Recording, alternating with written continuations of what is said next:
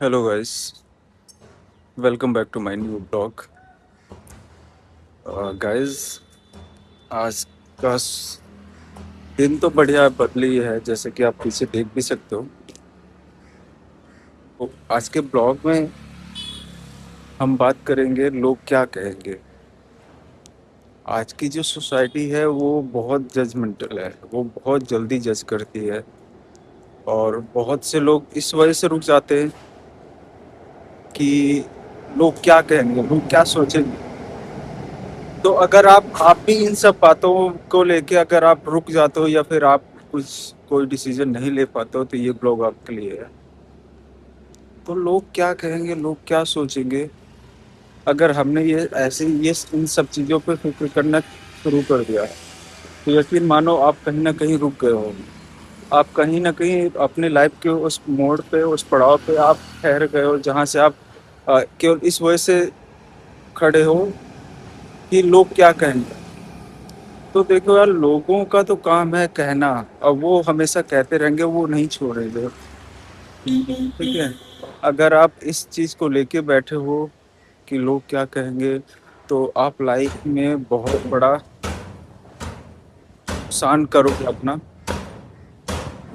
दोस्तों, कभी कभी लाइफ में हम लोग बहुत कुछ चीज़ें ऐसी होती हैं जहां हम बहुत आसानी से वो सबको कर सकते हैं या हम कर कर लेते, पर हम केवल इस वजह से रुक जाते हैं कि यार लोग क्या सोचेंगे, लोग क्या कहेंगे। और जब हम इन सब चीज़ों को लेके हम रुक जाते हैं तो आप यकीन मानो आपकी लाइफ वहीं पे ख़त्म हो जाती है, क्योंकि हम अपने नज़रिए से नहीं, हम किसी दूसरे के हिसाब से जीना शुरू कर देते हैं।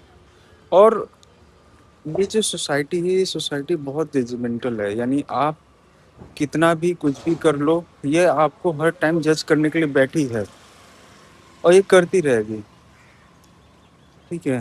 तो क्या होता है कि अगर आप इन सब चीज़ों को लेके अगर आप बैठे रहोगे तो फिर तो आप आप कुछ भी यानी लाइफ में सही नहीं कर सकते, ना कर पाओगे।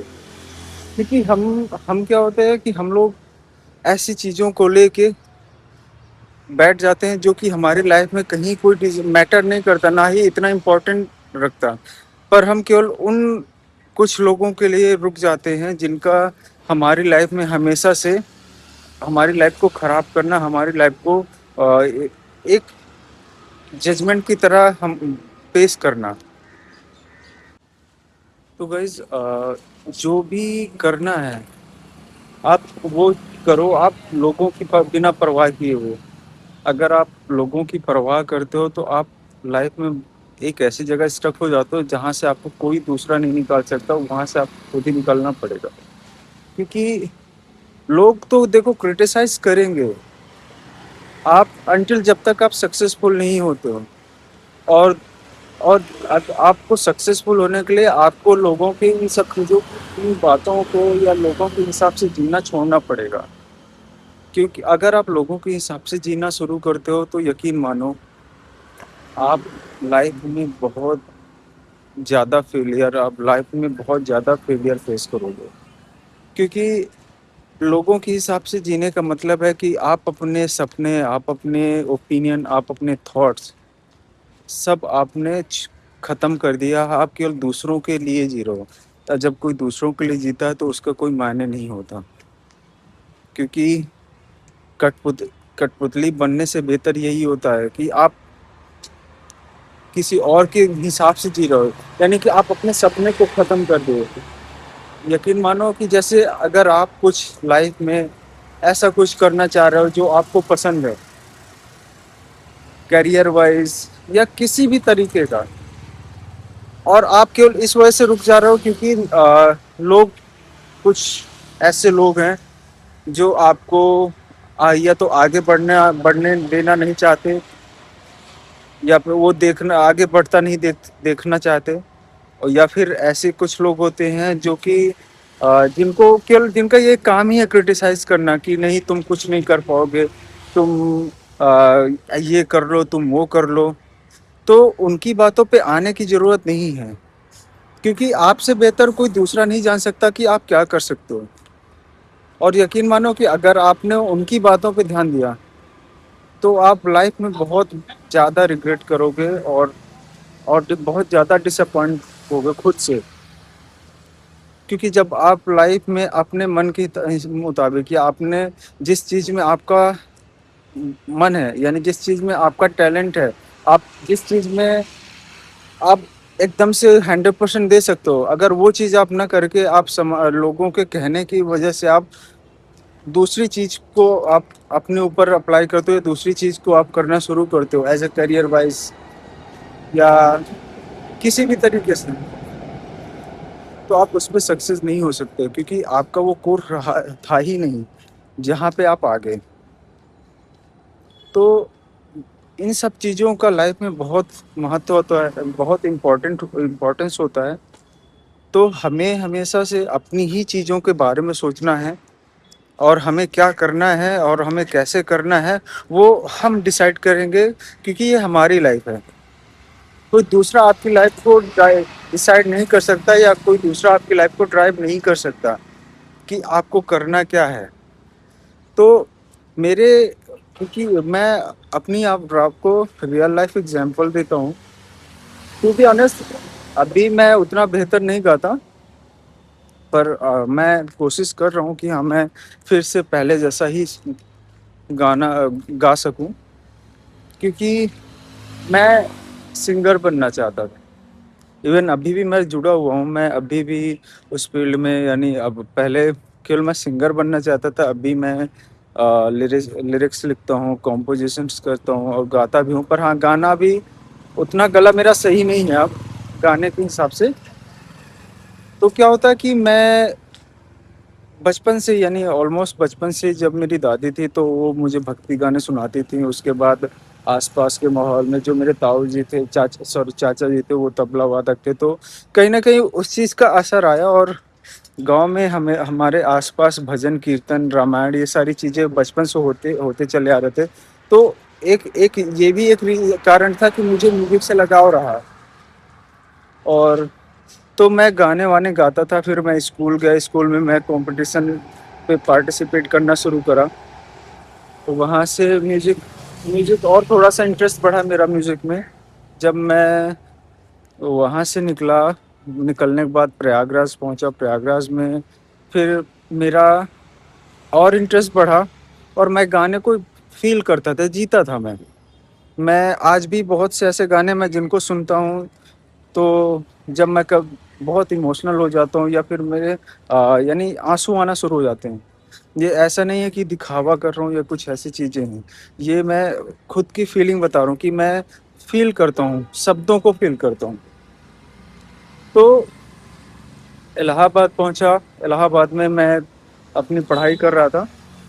पढ़ाई करते-करते मुझे फिर आइडिया आया कि यहाँ पे वहाँ पे एक प्रयाग संगीत समिति है, और जो कि वहाँ पे म्यूज़िक से रिलेटेड हर चीज़ वहाँ पे सिखाई जाती है। तो मुझे भी आइडिया आया कि क्यों ना मैं वहाँ पे अप्लाई करूँ और मैं भी म्यूज़िक सीखूँ। तो हालाँकि मेरे कुछ दोस्त थे, एक मेरा बचपन से दोस्त है, वो यानी बहुत ख़ास है, अभी भी है मेरा। तो वो हमेशा क्रिटिसाइज़ करता था, और जनरली उसके जो वो क्रिटिसाइज़ करता है, मुझे उसका कभी बुरा नहीं लगा, क्योंकि वो खुद से एक्सेप्ट करता है कि मैं तुम्हारा सबसे बड़ा क्रिटिक्स हूँ। और मुझे ऐसे लोग अपनी लाइफ में बिल्कुल चाहिए, जो केवल मेरे मेरे अकॉर्डिंग मेरी चीज़ों पे हाँ नहीं करे। वो जेन्युइन फीडबैक होना चाहिए। तो वो हमेशा मुझे उसकी बातें हमेशा मुझे इंस्पायर करती थी। उसकी बात वो हमेशा से मुझे ऐसा नहीं था कि वो दोस्त है तो वो यानी मेरे मुझे खुश करने के लिए कुछ भी बोलेगा। वो जेन्युइन बोलता था। और कुछ ऐसे भी दोस्त थे जो केवल मज़े लेने के लिए कि नहीं यार ये कर, वो कर, हाँ, हाँ, ऐसा-वैसा, ये सारी चीज़ें। तो मैं थोड़ा-सा जा इंट्रोवर्ट हूँ, तो यानी मैं लोगों के रिस्पॉन्स ज़्यादा नहीं कर पाता। लोगों को यानी अगर कोई मुझे कुछ बुरा बोल रहा है, तो मैं यानी हँसी मज़ाक में वो मुझे कुछ भी बुरा बोल रहा है या फिर मेरे बारे में कुछ भी ऐसा बोल रहा है जो कि मुझे बुरा लग रहा है एक्चुअल में, पर मैं नहीं बोल पाता क्योंकि वो मेरा दोस्त है। तो ऐसी चीज़ें थी, तो मैं वहाँ से प्रयाग संगीत समिति में गया, मैंने फॉर्म वॉर्म फिल करा और मालूम नहीं मेरी मम्मी को किसने बताया, मेरी मम्मी का फ़ोन आया और उनका रोना, क्योंकि हम मैं गांव से बिलोंग करता हूँ, तो वहाँ पे गांव में क्या है कि अ, अभी तक क्या था कि उनको ये था कि सरकारी नौकरी ही सबसे बेहतर है, सरकारी नौकरी के अलावा कोई दूसरी चीज़ नहीं। उस टाइम पे मेरे पास भी इतना समझाने का टाइम या मैं इतना मेरे पास वो चीज़ें नहीं थी कि मैं उनको समझा सकूं कि ये सरकारी नौकरी से कहीं ज़्यादा है। अगर मैं इस पे अच्छा कुछ कर गया तो पूरी पीढ़ी, जो आने वाली पीढ़ी वो बदल जाएगी। तो अब मम्मी का रोना धोना शुरू हुआ, तो जैसे ये हुआ तो एक उस टाइम पे मुझे भी लगा, यानी क्योंकि मुझे भी इतना आइडिया नहीं था कि म्यूजिक का जो स्कोप है वो इस लेवल पे है। तो इंडियन आइडल हालांकि उस टाइम होते थे, पर मैं उतना मुझे क्योंकि उतना फ़ोन वोन ज़्यादा वो हुए नहीं थे। 2013 की बात है, तो फ़ोन उतना ज़्यादा हमारे पास से नहीं, वही सिंपल या फिर थोड़ा सा नोकिया वाले फ़ोन चलते थे उस टाइम पे, तो इतना मालूम नहीं था। तो जब ये सारी चीज़ें हुई थी, फिर मैंने वहाँ वहीं से बाहर आ गया, मैंने फॉर्म वॉर्म फाड़ दिया और बस मैं फिर वही अपने पुराने पे लग गया, पर मैंने म्यूज़िक नहीं छोड़ा। मैं गाता रहा, मैं हमेशा से गाता रहा और मैं ऐसा नहीं कि कुछ प्रैक्टिस टाइप सा कि हाँ भाई सरगम आलाप ये सारी चीज़ें कर रहा हूँ, पर हाँ मैं सुन सुन के गाने एग्जैक्ट वैसे ही गाता रहा। फिर वहाँ से निकलने के बाद 2018 में दिल्ली आया, दिल्ली में फिर मैंने इंडियन आइडल का ऑडिशन दिया और वहाँ पे मैं निकल वापस आ गया, क्योंकि बताया ना कि इंट्रोवर्ट था, तो मैं बोल नहीं, यानी ज़्यादा लोगों के सामने मैं बात बोल नहीं सकता या फिर गाने वाने नहीं गा पाता था। अगर मैं गाना गाना लोगों के सामने शुरू करूँ तो मैं हाथ पैर और गले अजीब सा आवाज़ शुरू हो जाती थी निकलना। तो ये सारी चीज़ें थी, तो मैं मेरे कहने का मतलब ये है कि अगर मैंने उस टाइम थोड़ी-सी मम्मी की बात को इग्नोर कर दिया होता, मैं ये नहीं बोल रहा कि वो उन्होंने गलत करा मेरे साथ या फिर ऐसा कुछ। उन्होंने अब उनकी जहाँ तक जो सोच थी और उस टाइम की जो डिमांड थी, उनको जितना उस टाइम पे जो समझ थी उसके अकॉर्डिंग उन्होंने किया वो चीज़। पर मैं उस चीज़ को लेके अगर आज सोचूँ, तो फिर मेरे लिए रिग्रेट का है कि अगर मैंने उस टाइम थोड़ी-सी ज़िद कर ली होती कि नहीं मम्मी मुझे करना यही है, अब मुझे सीखना है, तो डेफ़िनेटली आज कुछ और ही होता।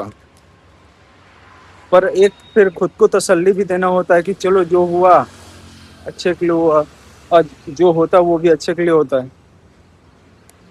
तो मेरे कहने का मतलब ये है कि अगर मैंने उस टाइम म्यूज़िक सीख लिया होता, तो डेफ़िनेटली आज चीज़ें कुछ अलग होती और कहीं अच्छी होती। तो बस मेरा यही कहने का मतलब है कि आप किसी और की वजह से आप अपना डिसीज़न या कुछ ऐसी चीज़ें मत बदलो कि फिर बाद में आपको रिग्रेट करना पड़े। क्योंकि लाइफ अनप्रिडिक्टेबल है, आज आपको लग रहा है ये चीज़ इम्पोर्टेंट नहीं है, कल यही चीज़ इम्पोर्टेंट हो सकती है। तो आपका जो मन कर रहा है वही करो, ना कि किसी और के अकॉर्डिंग आप अपनी चीज़ों को बदलो। क्योंकि एट द एंड जो भी आप इसके कौन से प्रॉन्स है वो सारी चीज़ आप ही को भुगतनी है। तो दूसरा दूसरा तो केवल ये है कि आप बोल के आपको चला जाएगा। और बहुत सारी ऐसी चीज़ें हैं जहाँ पे आप अपने जो डिसीजन है वो किसी और पे छोड़ देते हो, या फिर आप अपनी जितनी भी लाइफ के डिसीजंस हैं वो किसी और को लेने देते हो। तो जब वो कोई और लेता है तो वो अपने प्रोस्पेक्टिव अपने पॉइंट ऑफ व्यू से लेता है, जो कि ज़रूरी नहीं कि वो आपके लिए फिट हो। क्योंकि लाइफ में अगर आपको कुछ बनना है तो आपसे बेहतर उसकी तड़प, उसकी खलिश, उस चीज़ की कोई दूसरा नहीं जान सकता। कोई दूसरा तो आपके बताए हुए चीज़ों के अकॉर्डिंग ही आपको डिसीज़न या फिर आपको सलाह दे सकता है। पर आप जो चीज़ करना चाह रहे हो या आप लाइफ में जो बनना चाह रहे हो, उसकी जो भूख है, वो केवल आप जान सकते हो, दूसरा नहीं। और उसके अकॉर्डिंग जब आप चीज़ों को करते हो ना, तो यकीन मानो उन सब चीज़ों में बहुत ही सुकून मिलता है। तो गाइज़ खुद पर भरोसा दूसरों के ओपिनियन से ज़्यादा इम्पोर्टेंट होना चाहिए, क्योंकि अगर आप खुद पे भरोसा नहीं करते, तो यकीन मानो आपकी गाड़ी कोई और ही ड्राइव करेगा। जब आपकी गाड़ी कोई और ड्राइव करेगा, तो वो उसको जैसा सही लगेगा वो उस हिसाब से ड्राइव करेगा, ना कि आपके अकॉर्डिंग। तो अगर आप अपनी ड्राइविंग सीट पे बैठे हो, तो बेहतर यही है कि आप ही अपनी गाड़ी ड्राइव करो। आप ड्राइविंग सीट पे बैठ के किसी और को ड्राइव मत करने दो, वरना लाइफ में एक्सीडेंट होना तय है। और जब लाइफ में एक्सीडेंट होता है, तो यकीन मानो आप फिर नहीं कुछ कर सकते। आप एक तरह से बेजान ही रह जाओगे, और आप उस पे केवल रिग्रेट के अलावा कुछ नहीं कर सकते। तो मेरा यही लास्ट में कहना है कि जिस दिन आप लोग क्या कहेंगे से ऊपर उठ जाओगे, एक्चुअल में उस दिन से आप अपनी लाइफ एंजॉय करना शुरू करोगे। तो बस मैं यही बोलूँगा कि लोग क्या कहेंगे और लोग क्या सोचेंगे, इन सब चीज़ों को आप साइड करो। आप क्या करना चाहते हो और आप क्या कर सकते हो, ये उनको अपना काम करके दिखाओ। ये आपके आपकी सफलता के अकॉर्डिंग उनकी ओपिनियन बदलती जाए रहेगी। तो मैं यही बोलूँगा कि ये लोग क्या कहेंगे, इन सब चीज़ों को साइड में रखो। बस आप अपना काम करते रहो। किसी का ओपिनियन और जो भी नेगेटिविटी है, उनको आप साइड करो। आप अपना काम करो, काम के अकॉर्डिंग आप चीज़ों को एग्जीक्यूट करो, और डेफिनेटली आप जिस चीज़ के जो आप करना चाहते हो आप उसी पे लगे हो, तो डेफिनेटली आपको सक्सेस मिलेगी। तो बस गाइस मैं यही बोलूँगा कि लोगों के बारे में सोचना बंद करो। लोग क्या कहेंगे, लोग क्या सोचेंगे, हम केवल हमें अपना काम करना है कि हमें क्या करना है और हम क्या कर सकते हैं, और लोगों को अपने सफलता के ज़रिए अपना जवाब दो। तो बस गाइस आज के लिए, आज के ब्लॉग में बस इतना ही, और उम्मीद करता हूँ आपको ये मेरा ब्लॉग पसंद आए। तो अगर पसंद आए तो लाइक शेयर कमेंट सब्सक्राइब ज़रूर करें।